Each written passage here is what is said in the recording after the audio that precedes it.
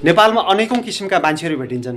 पहिला चुनावको टाइममा राष्ट्रिय स्वतन्त्र पार्टीले चुनाव जित्यो भने कान काट्छु, म देशै छोड्छु, म मर्छु भन्ने मान्छेहरू पनि थिए।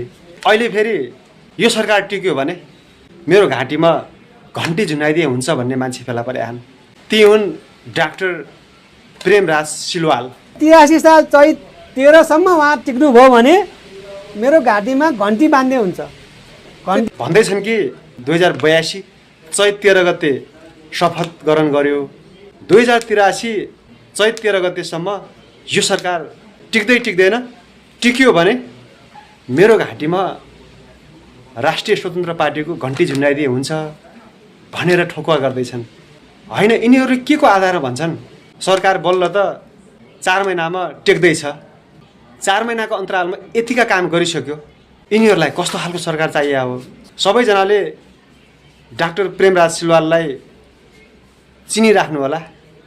83 चैत 13 गते आउँदा यिनको घाँटीमा घन्टी त झुन्ड्याउनै पर्ला नि त।